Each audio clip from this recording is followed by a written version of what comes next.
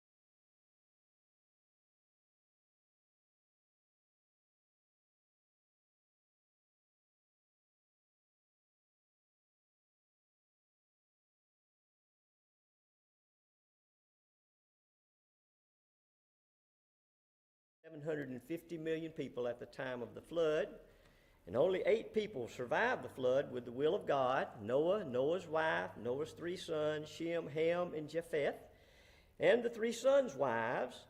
And they landed on Mount Ararat in Turkey. And of course, mountains, they're good for growing grapes and a little bit of coffee, but they're not good. You couldn't live there. And so they migrated eastward into the Turkey area, which is a trip of about 500 to 600 miles, as you can probably see on the map. But that Mesopotamia area, just to give you an idea of the number of people, today the population of the Middle East is 515 million. And when the Noah's flood occurred, there was about 500 to 750 million people. But the Mesopotamia is a very fertile area known in history as a cradle of civilization. It is a tract of land between 2 great rivers, the Tigris and the Euphrates River, and it's an area that's 700 miles long and 200 miles wide. And it's where Noah and his sons and wives and their descendants would begin to replenish the earth. And if you look at your sheets, you can see that each page represents a son of Noah and where they settled. But the area of Noah and his family, they migrated to the northwestern portion of the land where the 2 rivers bend almost together. And the land was very fertile for farming because the flooding of the 2 rivers brought in a lot of topsoil. Now about 339 years pass after Noah's flood, and the people have resumed their disobedience and their sinful nature.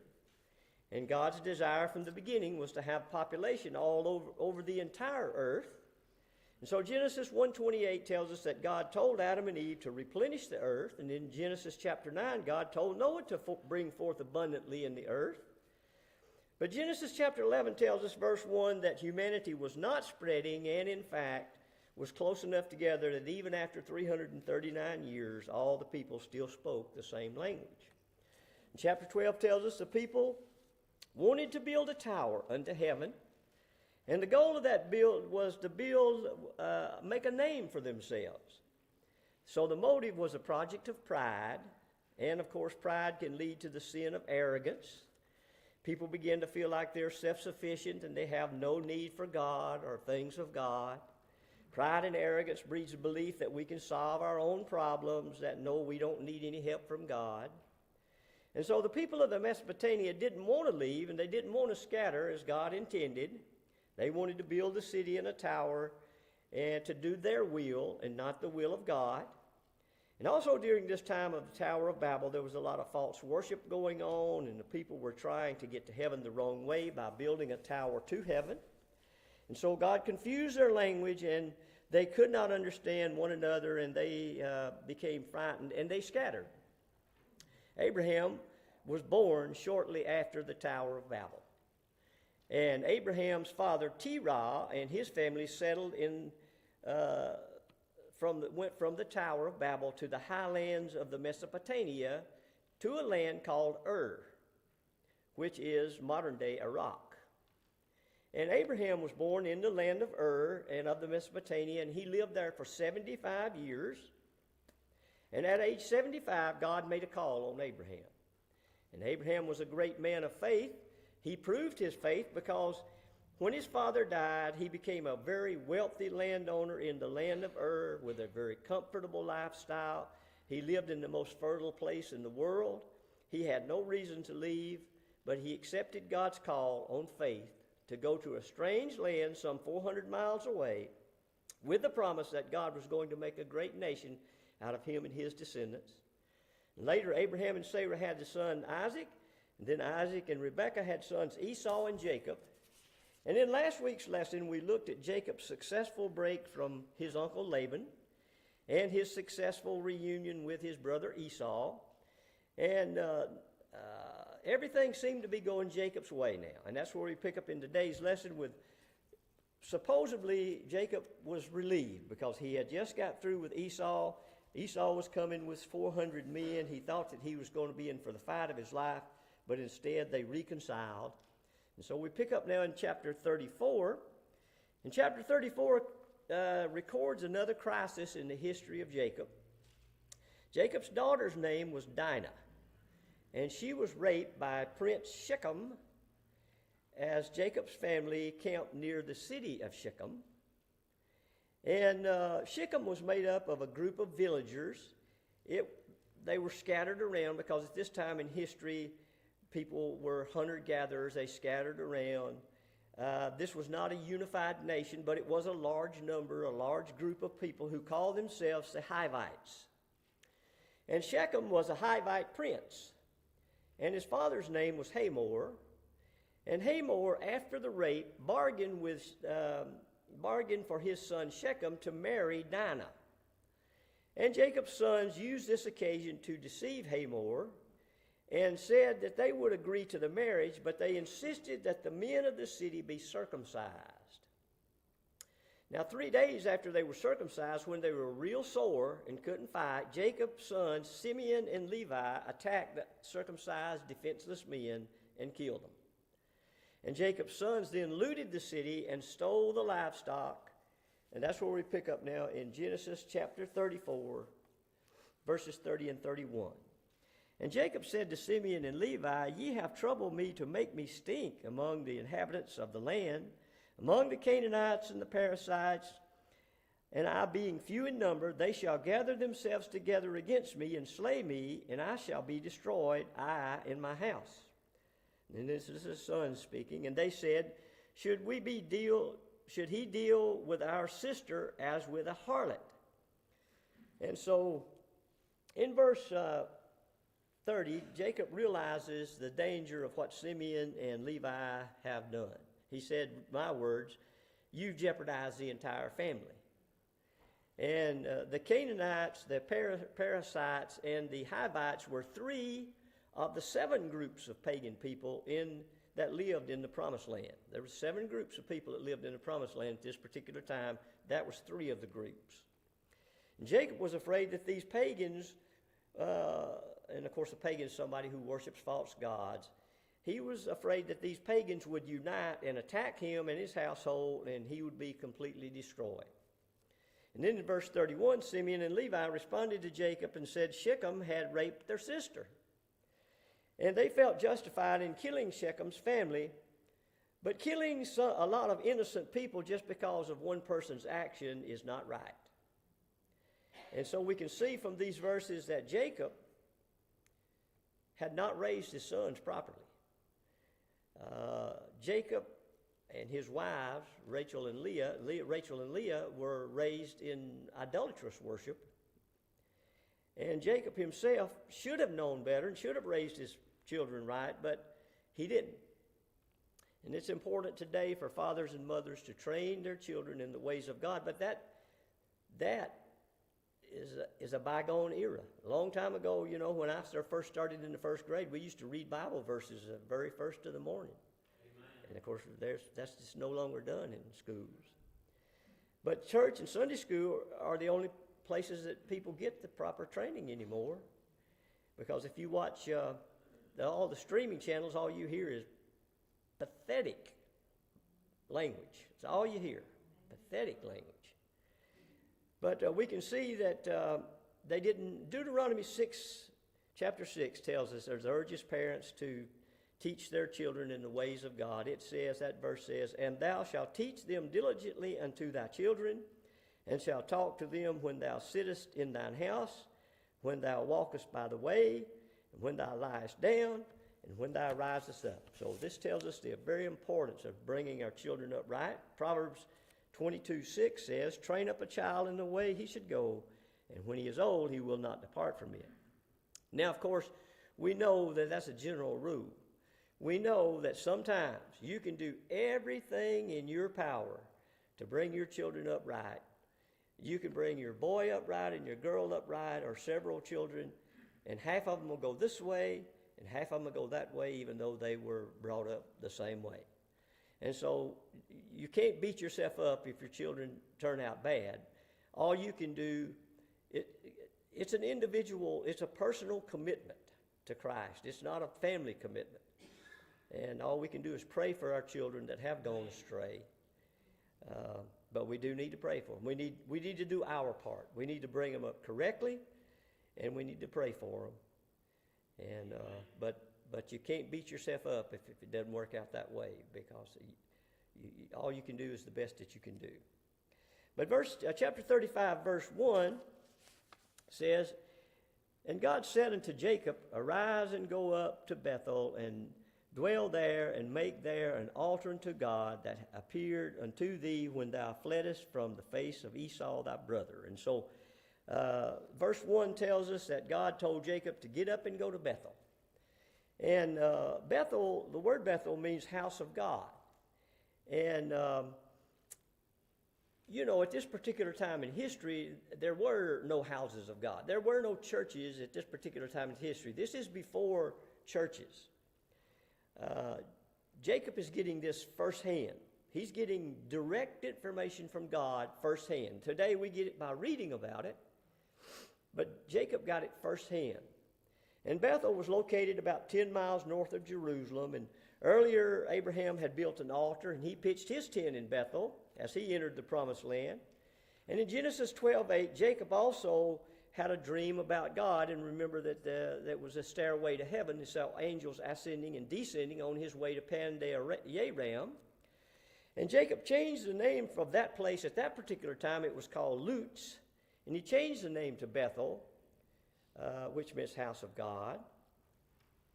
And Bethel is also a place where God made promises to Jacob and promises to Abraham. And in verse 2, "Then Jacob said unto his household and to all that were with him, Put away the strange gods that are among you, and be clean, and change your garments." And so 20 years had passed since Jacob was at Bethel the first time. And during this 20-year period, Jacob had begun to spiritually grow up. He wasn't there yet, but he was beginning to. And this was a time for Jacob to purify himself and his family. And Jacob told his family to get rid of their false gods, which would include the household idols that Rachel in last week's lesson took items called teraphims. And teraphims were false gods, little figurines of false gods. He took them out of the house of Laban, and Laban followed them to get them back. But here, Jacob is telling them to gather up all of their false idols, and he says it's time to change your clothes, because we need a moral cleansing, and we also need a godly cleansing. And at this particular time in history, like I say, there was no churches. And in verse number 3, "Let us arise and go up to Bethel, and I will make there an altar unto God, who answered me in the day of my distress, and was with me in the way which I went." And so Jacob explained to his family that the importance of going to Bethel, because as I said, they're not familiar with the ways of God. They're not familiar so he's beginning to start to teach them some things.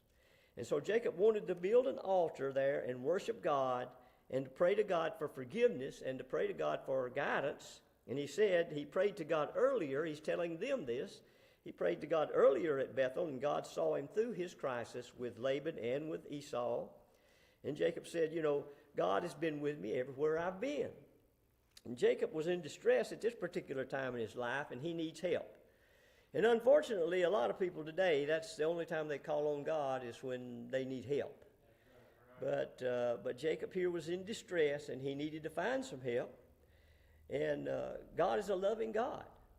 Amen. And Jacob had previously built an altar to God in Bethel, and he had prayed to God, and God answered him. And Jacob was referring to Genesis chapter 28, when Jacob fled from Esau the first time. Remember, Esau was after him to kill him. And Jacob was in distress by the actions of his sons Levi and Simeon now, because other people were out to kill him. And so Jacob told his family, we need to go to Bethel. And he said, he has been with me everywhere I have gone. And today, of course, we serve a mighty God. And he stands ready to help us, even though we are a sinful bunch. He will not turn his back on us. He's with us everywhere we need him. Amen. As a matter of fact, as Christians, we take God everywhere we go today. The Holy Spirit lives inside our heart. And so God is with us every day. We take him there. And then in verse 4, Jacob's family did as he said. They gathered their foreign idols, and This included their jewelry, which they had used as idols and symbols. And Jacob took all the idols and hid them so that they could not be melted down again.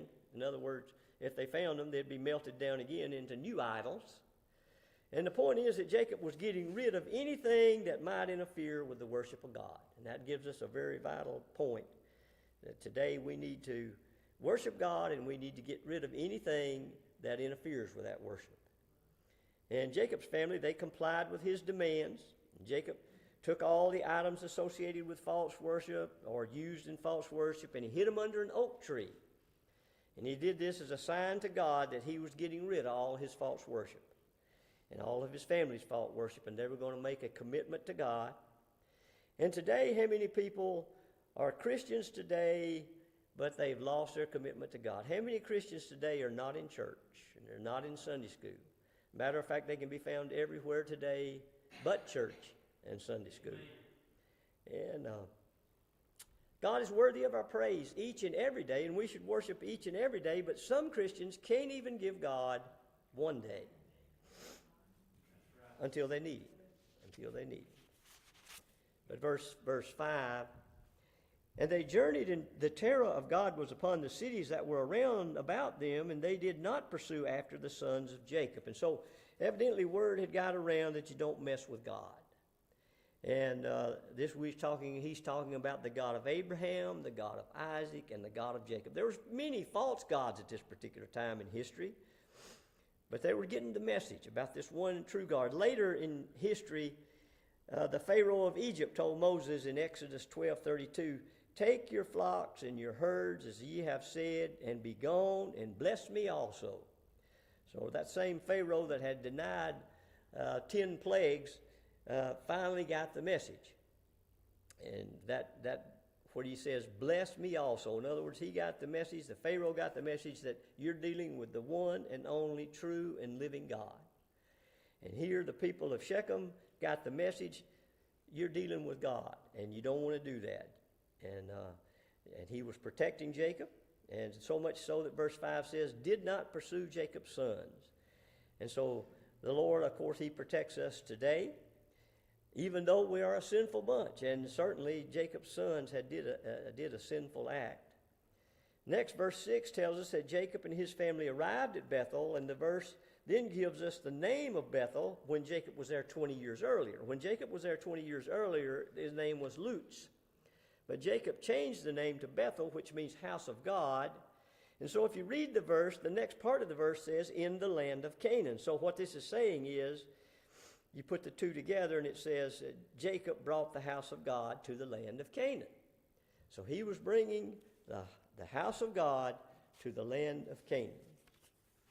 And then in verse 7, and he built there an altar and called the place El Bethel, because their God appeared unto him when he fled from the face of his brother. And so verse 7 tells us that Jacob wanted to get more specific than calling it just Bethel, because Bethel was the house of God, but there were many false worshipers there that might take that as they could worship their God. And so Jacob changed the name to El Bethel to show that what he's talking about is the God of Abraham, the God of Isaac, and the God of Jacob, and not just any false god.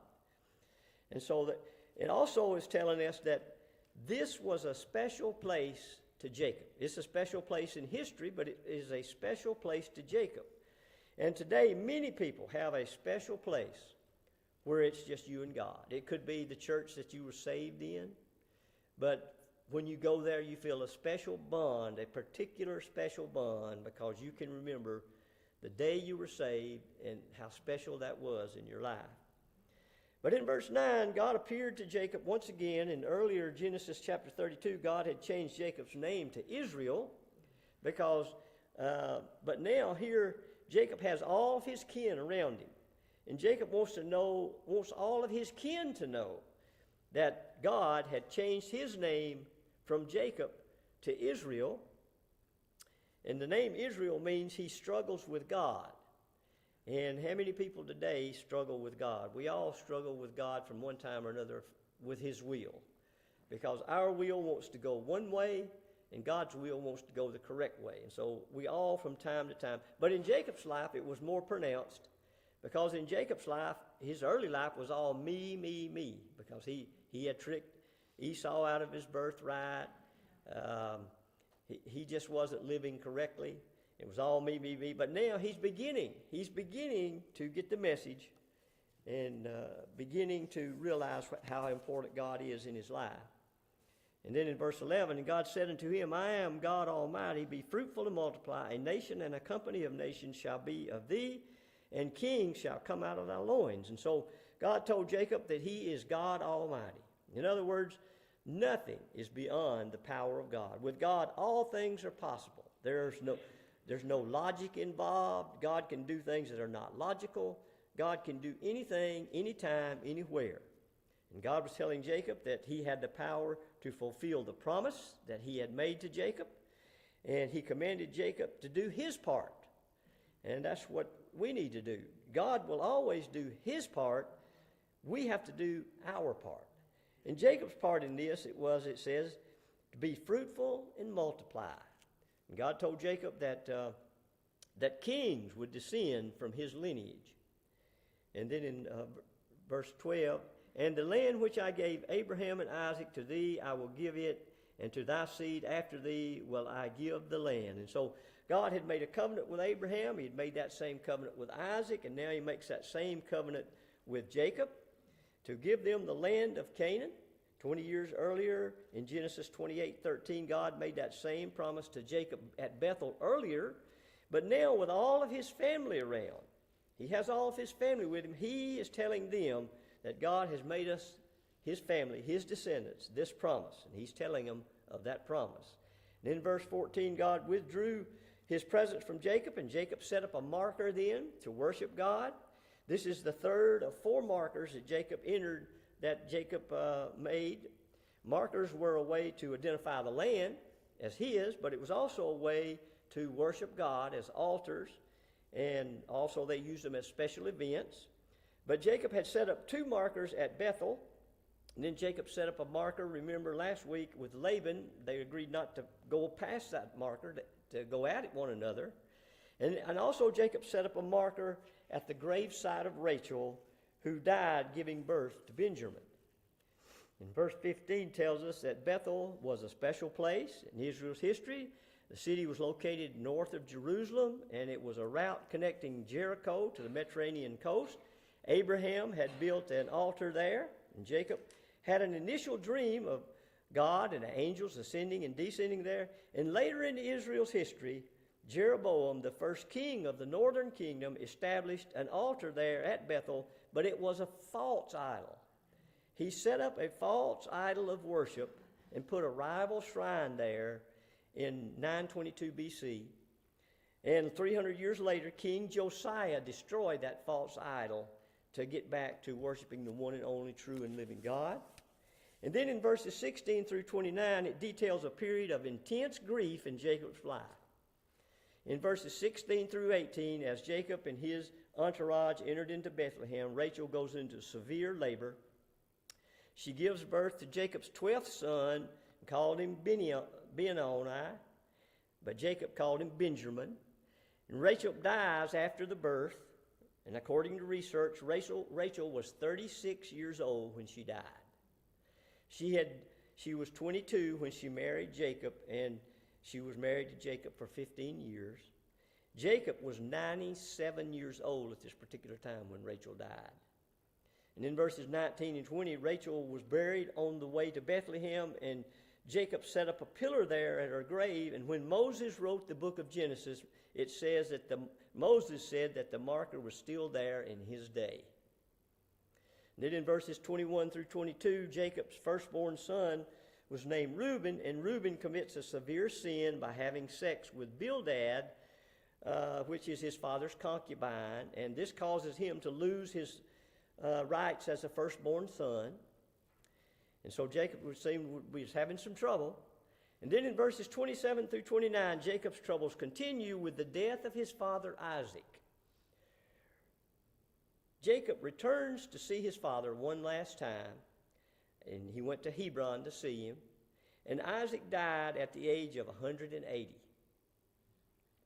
And he was buried by Jacob and by Esau. And that is important because that demonstrates that Jacob and Esau had reconciled at this particular point in time in history.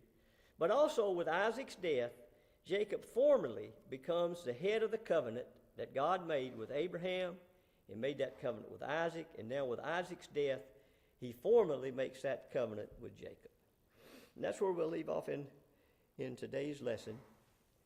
And next week, and for the next few weeks, we'll be talking about Jacob's son Joseph, as Joseph plays a crucial role in the history of Israel.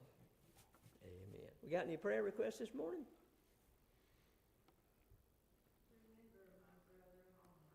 Amen. Yeah. Amen.